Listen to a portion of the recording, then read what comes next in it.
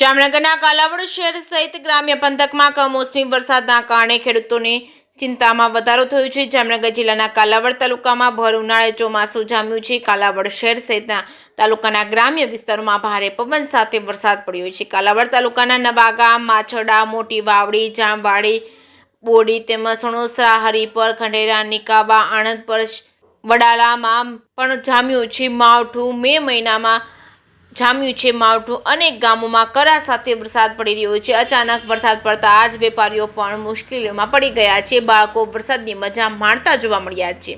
મે મહિનામાં માવઠું જામતા ખેડૂતો ચિંતામાં છે। ખેતરમાં ઊભો પાક મગ, તલ, અડદ સહિતના પાકમાં નુકસાન જવાની ભીતિ સેવાઈ રહી છે। ખેતરમાં પડેલા ડુંગળી, લસણના પડેલા દાબા પલળી જવાની ભીતિ સેવાઈ રહી છે। ભર ઉનાળે કરા સાથે વરસાદ પડતા જગતનો તાત ચિંતામાં મુકાયો છે। જે કેસ ન્યૂઝ ગુજરાતી સાથે હર્ષલ ખંડેરિયા, જામનગર।